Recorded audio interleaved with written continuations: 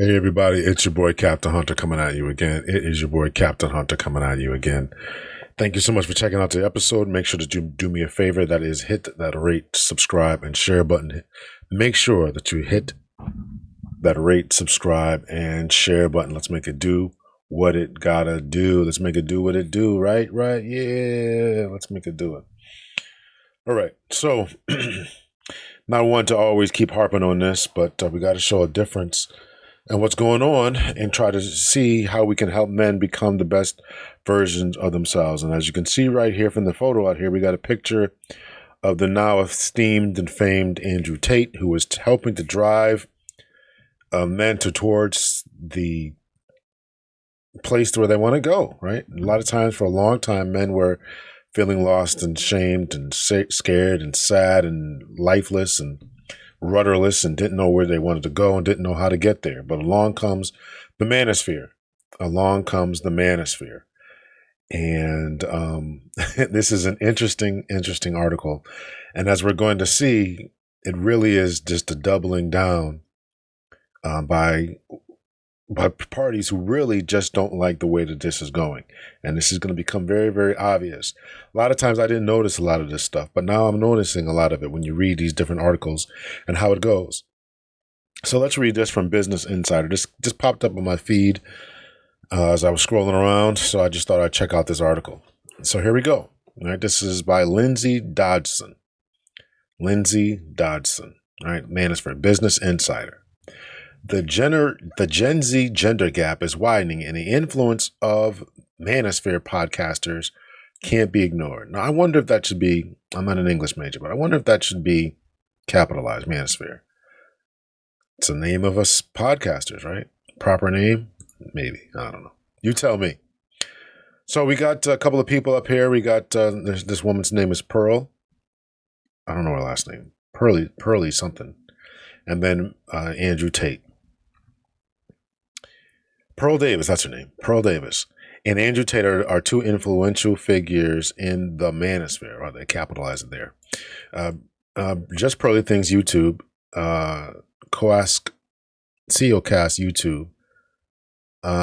Is that his, I don't know if that is that Andrew Tate's? I don't know. I didn't know if he was on it. I didn't know if he had his own place.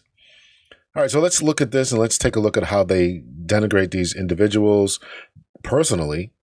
And then we'll take a look at the space and see how it goes. So we go down here, and we're going to get into this article right here, but I'm going to tie all this in. There's an ideological gap widening between Gen Z's young men and women. I think it's older than Gen Z, but I think it's millennials, even Generation X are really kind of like, enough of this.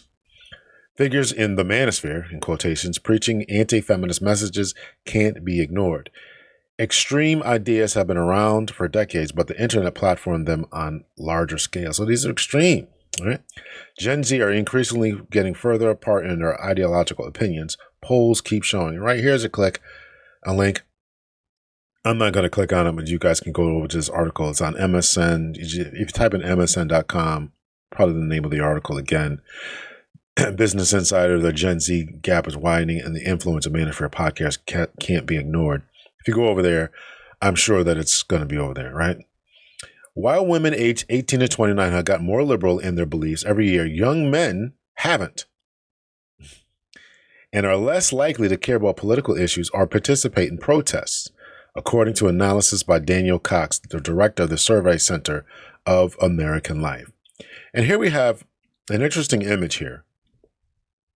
Here we have an image. Now, this is a commercial that's set in the middle, right? As you scroll down a little bit. Continue reading. I'm sorry. Continue reading, right? So the article jumps from, this director of American Life, Center for American Life, and then it goes down to half young men, right? So it continues down here. But in the middle here, as they often do, they put advertisements. Let's read the advertisement that they placed in the middle of this article that was about the manosphere. Right? And we can click on here, see more. So we're gonna pause right there, and we're gonna look at the article that's right in the middle of an article about the manosphere. And this is an advertisement. 28 of the most influential women executives in sports media driving deals with the NFL and NBA, expanding coverage of women's sports and more. Women are making waves in male-dominated sports industry. Now, this is an article set. This is an advertisement set in the middle of an article that is trying to talk about the manosphere. And as we'll get into it in a little bit, actually, we're going to pause right there, right? We're going to pause right there. We're going to go on here and read the rest of the original article that we came into. But we are going to go back to that article. Half of young men also believe they face some kind of discrimination. Interesting, considering what I just read about that article, the advertisement. Half of young men also believe that they face some kind of discrimination, and less than half identify as feminists. Less than half. 100 men in a room, less than half, let's give them 40%, 45, whatever, 48, would consider themselves to be feminists. Only half support the Me Too movement, compared to nearly 3/4 of women. Sharing the data, journalist and lawyer Iman Gandhi commented on the pattern, saying YouTube algorithms are turning young men into sociopaths. Who knows what a sociopath is? Who knows what that is? Our antisocial personality disorder, sometimes called sociopathy, is a mental health condition in which a person consistently shows no regard for right and wrong and ignores the rights and feelings of others. Right? So sociopaths and psychopaths often get mixed up, right? Here's antisocial personality disorder, a mental health disorder characterized with disregard for other people. Those with antisocial personality disorder may begin to show symptoms in childhood, but the condition can't be diagnosed until adolescence or adulthood. Those with antisocial personality disorder tend to lie, break laws, act impulsively, and lack regard for their own safety or the safety of others. Symptoms may lessen with age. Treatment may include talk therapy and support for affected family members. So this is what this lady is saying, that the so-called manosphere is turning men into. She may have a point. While the political landscape, former President Trump and the worldwide campaign against sexual abuse and harassment have all been cited as contributors to this trend, another factor cannot be ignored: manosphere podcasters. YouTube algorithms are turning young men into sociopaths. So we're out there killing people with no regard, can't discern between right and wrong. What was the other definitions in here? Ignore the rights and feelings of others. Like the care for the safety of others. That's what they're doing. New an ideological divide is emerging between many young men and women in countries around the world. I think this, in countries around the world, this is not just a U.S. phenomenon. I think this is one of the most important social trends unfolding today and provides the answer to several puzzles. A wide ideological gap is opening up between young men and women in countries across the world. South Korea, right? Let's see, what is this doing? This is the ideological gap, I guess, between people between 18 and 29. Women are going one way, men are going the other way. In the U.S., it's going up, women are going down. Germany divides.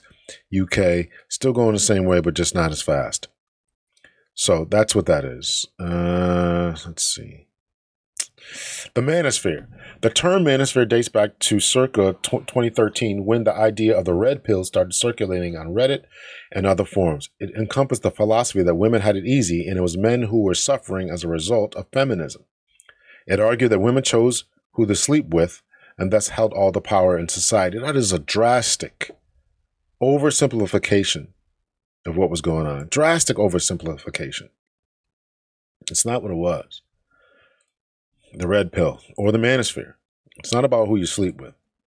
It's about men being isolated, turned away, not having the same amount of access to some of the uplifting benefits that others have gotten in society.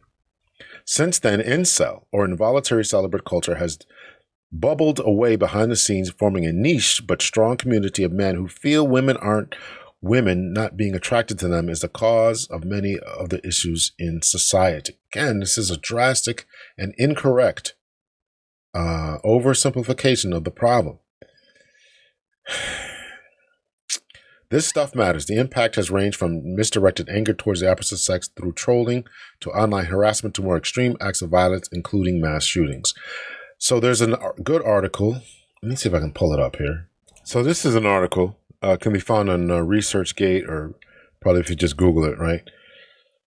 It's a couple of guys, William Costello, David David M. Buss. Why isn't there more incel violence, right? And this was just done in July 2023. Good article. I did read through the whole thing, but it just talks about why isn't there more incel violence? If this is such a problem by these involuntary celibates, why isn't there more of it, right? So there's an article. Here's an article debunking, and here are all the keywords: incels, extremism, violence, mating, misogyny, right? Debunking these incels are just on the loose and creating havoc and all this kind of stuff, right? Right. So we got that debunking that. Where are we at here? Not everyone who subscribes to the manosphere ideas will be violent towards women. Right. But many experts have linked men's rights activists with the risk of women's safety both on and offline. I'm going to click on this. I don't know. I'm definitely going to read it later. Let's see. Maybe I'll read it now. Men's rights. Men's rights activists. What you need to know. Yeah. And podcasts specifically tailored to men covering some of the manosphere ideologies have been cropping up all over the internet over the past couple of years and gained immense popularity. Some notable figures include Andrew Tate, that's the guy pictured above, a misogynist influencer. Is he misogynist? He doesn't like women. And former boxing champion who was arrested on suspicion of rape and sex trafficking in 2022, right? So this is why so many people have, and I too, as a former police officer, I have a problem with the people putting this stuff out there because he's labeled with that forever. Meanwhile, from what I understand, charges have been dropped. He just got back his Lamborghini, whatever type of car he was driving. No charges have been coming. All this is crazy, right? But they still put this in here that he's a misogynist influencer, and he was arrested for sex trafficking. Yeah, okay. Pearl Davis, a woman who spouts similar ideas to Tate's, including that women should not vote, and Myron Gaines, co-host of this YouTube show, Fresh and Fit. Gaines wrote Why Women Deserve Less, a book in which he argues that modern women are unfairly benefiting from feminism at men's expense. That's the general tenor of it. I had not read this book, but I've seen some of his stuff, and I'm not really happy with Gaines that much.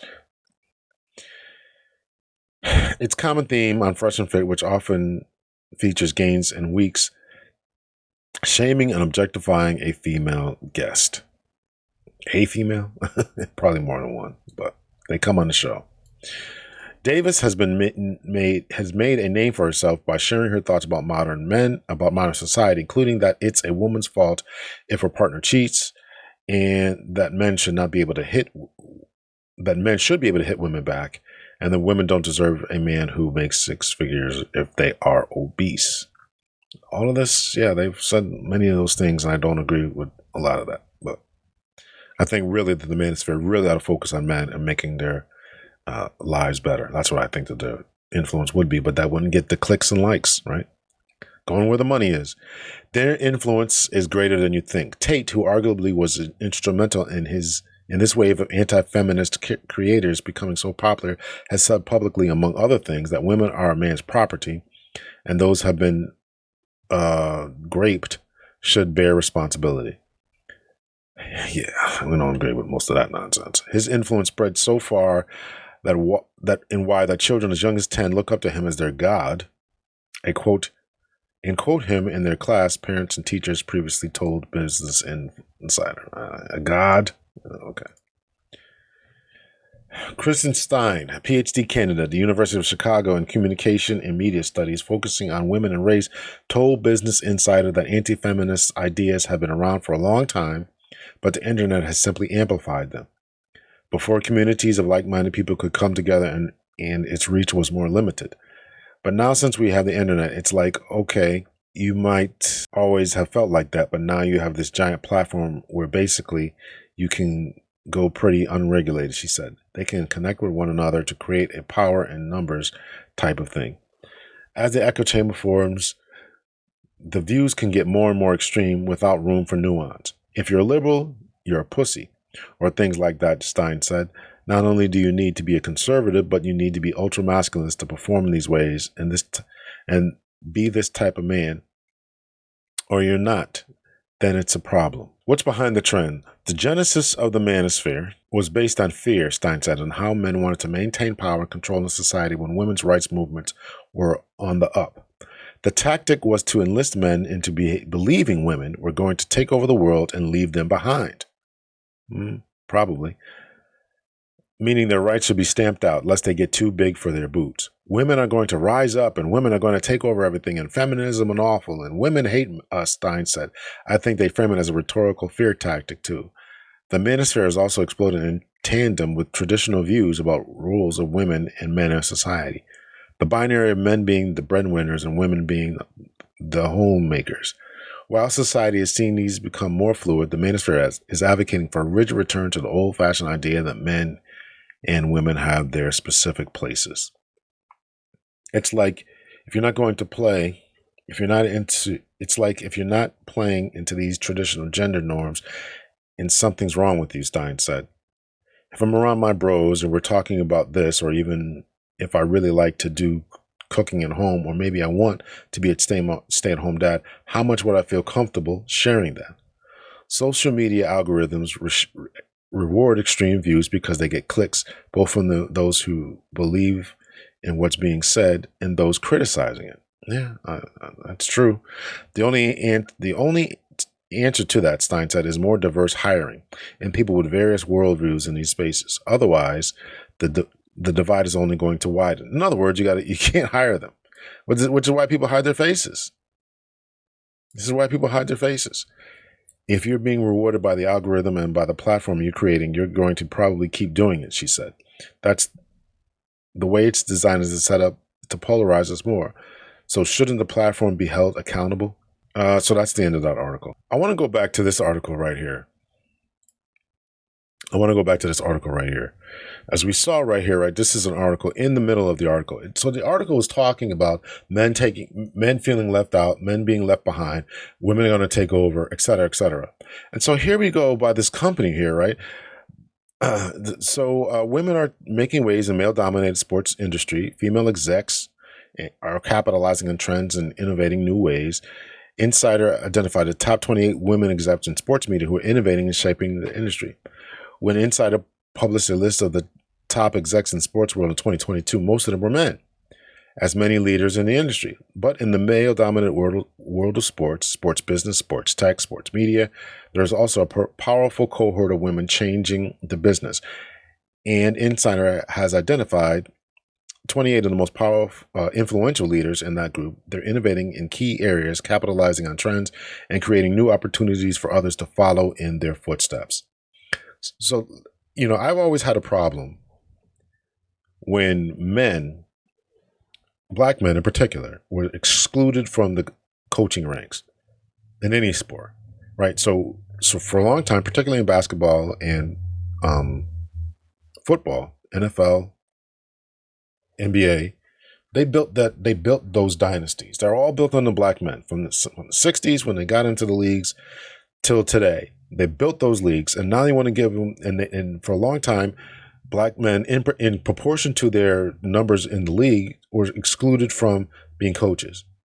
Now, men in general have built these industries, and now executives are coming in, taking away. And this is 28 out of, who knows, could be thousands, right?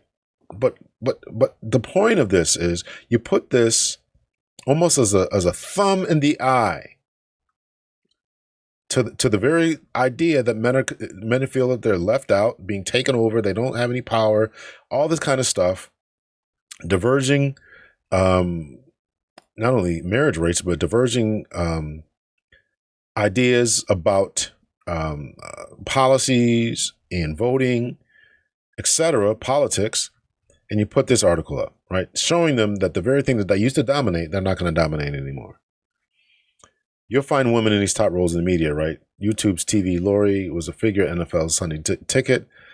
Execs on this list serve as mentors, lead teams mostly made up of women, and make a point of paying it forward to the next generation. That investment in future women's leadership is already putting off rising stars like Olivia Hancock, a Gen Z entrepreneur making waves for college sports storytelling. company by U.S. media, and Christina Williams, the founder and face of Girls Talk TV, a content hub for all things women's basketball. The fact that men dominate those arenas, I think, has been terrible. Right? If you were a women's basketball player and you can't become a coach because there's men doing it, that was terrible. Shouldn't have been doing that. For this list, Insider focuses on more established players, execs and influential higher-ups and prominent media companies, leaders at these places, right? So then they go into the leaders. But this I thought that the positioning of this particular article, in the middle of an article talking about how men are being left behind, is incredible. Now, for the record, let me just say once again, I don't have any problem with women moving into these different arenas, helping other women become more popular, helping other sports become more popular, things along those lines. But you stick it in here as an article for us to read in the middle of an article about the manosphere, I think is madness. So let's take a look at some of these comments here. Can we view the comments? Let's see. So they cited data showing both genders moving to the polls, but the narrative of the article is that young men are turning into sociopaths. yeah, exactly. Let's see someone reply. Is that for years of calling masculinity toxic have an effect on men? It's because they are being raised without a father. Let's keep focusing on each other while the elites continue to divide and conquer. I agree with that. Then it would track that women are too, is his point. I don't know what that means. I've noticed that in the last 2 decades that men are certainly more insecure now that women don't need a man to survive in America anymore. And that becomes, I'm going to down that one. That's not the point. It's not about insecurity, right? It's about divorce laws. It's about people not being benefited, about men being held back. Black boys in particular can't read. All these different types of problems. These are the problems that we're talking about, right? So nobody has a problem with women excelling, period. Nobody, I don't have a problem with that. Women excelling, period. But you shouldn't hold men back and step on them in order to get to where you want to get to. It's because the gender space is attracted to sociopaths and cheaters and not nice guys. I've tried it myself. Works every time. Flawlessly in relationships or stables. I've always been cheated on by a nice guy, and now it all changed. Money seems to help too. Adam Bennett, so true. Except for in South Korea, all the graphs show that the women have gotten more liberal than the men has moved conservative. Yet somehow the article makes it all the men's fault. Yeah, so men have basically stayed the same. From what I understand, men have basically stayed the same. So, it's as if years of women's moving to radically liberal is having an effect on both men and women. So instead of dealing with the underlying issues that are causing toxic masculinity, they're going to head on into it and isolating women even more. Sounds like a great plan is working out for them. Yeah, toxic masculinity. Okay. All right. I decided to read an article, but as an older person, I feel out of the step with the younger generation. Today, after reading it, I was not sure what to take out of it or from it. I do not feel that men are turning into sociopaths. That's crazy. But because women have more freedoms and rights, I do feel that feminism pushed men aside as useless more than they helped women. Roles were changing for each gender, and feminism could have put a positive spin on the relationships while showing women how to be good to yourself and to your mate. Basically, feminism needed to include men in the role changing instead of pushing them aside as if in the way, as in my way. Today's gender influidity is only causing more chaos. Now you have to find a role in more than 50 different genders and counting. I think men are ditching all this crap for back to the basics manhood. I do not think that men want to be the hardline fathers of yesteryear, agreed, with no emotion and little involvement. They want to be what their biology is telling them. I am the strong one that makes me the protector, provider, leader, and so on. However, men have come to a long ways on what that means. I can be loving to my children. It doesn't mean you're not masculine if you have a 2-family income. Changing roles is fine if the whites makes a great mechanic and plumber and you have to love and cook and play with the kids. What's wrong with that? That if you and your partner treat each other with respect and still treat you as the gender you are. The gay couples that I know really do a good job. They can both do the same things, or they can be feminine or more masculine. They can do both. The lesbians I see seem to share everything with no problems. With straight couples, I think you're better off with a man in the lead, not boss over you, but allow him to be the head of the house. I don't know what they try to always double talk this. I don't know what nobody knows what that means. How can you be the leader, not the boss, or how to be the head of the household? This is all more of what just double talk. In the marriage, more or less, women can take on the guys everywhere else, but respect your husband enough to make him seem or feel less in your eyes. Let's see what the replies to that are. Speaking as a young person, this article is absolutely correct. It just spins to say young men are the problem. We are having a largely healthy reaction to feminism, since we no longer get anything at all from it, nor did most of us have our parents to guide us. Yeah, so where were the parents, man? That's something we really got to address. Feminism is the problem here, but it took a long time to manifest. Many envy boomer men for being able to abdicate responsibility to their wives and daughters, while us young men bear the consequences of it all. Feminism appeals to these older men because it means they didn't have to be responsible sexually. The evils of contraception, abortion, and kept it going a bit longer, but not much longer. Those two things have obliterated our birth rate by the 1970s, and soon we will collapse.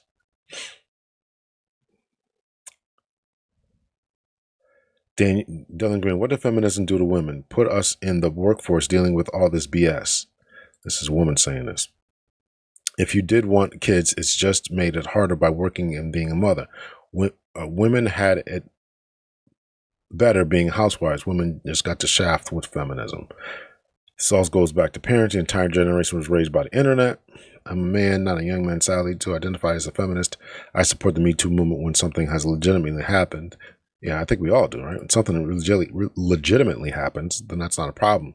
It's the fakeness that's out there and everybody's capitalizing on it. I don't watch any internet content from Andrew Tate or Pearl Davis. Have literally never heard of her. I do not believe that women are men's property. Who does? I mean, that's crazy. Or that those who have been raped should bear responsibility. Although I do believe that those ex post facto regret of one's own behaviors is not equivalent to rape. I think that's exactly right. I think that's a lot of what the Me Too movement has become. However, as a cisgender, heterosexual white male, I am literally a member of the only group that does not qualify as a protected class. Therefore, I do believe that I face some kind of discrimination. What say you? Yeah, I think that's crazy. I think it's time we got rid of all that nonsense. I jumped on the feminism train when it went from equal pay for equal work to all men are evil. I jumped off that feminism train when it went from equal pay for equal work to all men are evil. Yeah. And masculinity is toxic. I'm a woman and I see a lot of women jumping with me. Let's see the replies to that. That isn't feminism. Something you know if you follow actual feminism. We had extremists in feminism since its inception. So how have you changed since jumping off the train? Good question. I'll be waiting for her reply. She's probably a lot happier. The problem is feminists stand for all women and all the time, even the extremists. The two people actually pictured in these articles put down men's bad actions when they actually are bad. The credibility difference is immense. So that's just a little bit of that. I just thought I'd read through some of that. So, interesting article. Let me know your thoughts or opinions. What's going on? Is it going to get any better? Going to get any worse? We're going to get more Andrew Tates, more Pearl Davises, more right? We can't ignore the podcasters, right? Because it's true. The algorithms are going and growing, and people are going to do what they got to do to make that money, get that bread. But yeah, I think that a lot of men are really, really sick of this craziness. So let me know your thoughts and your opinions. Much love and peace, everyone.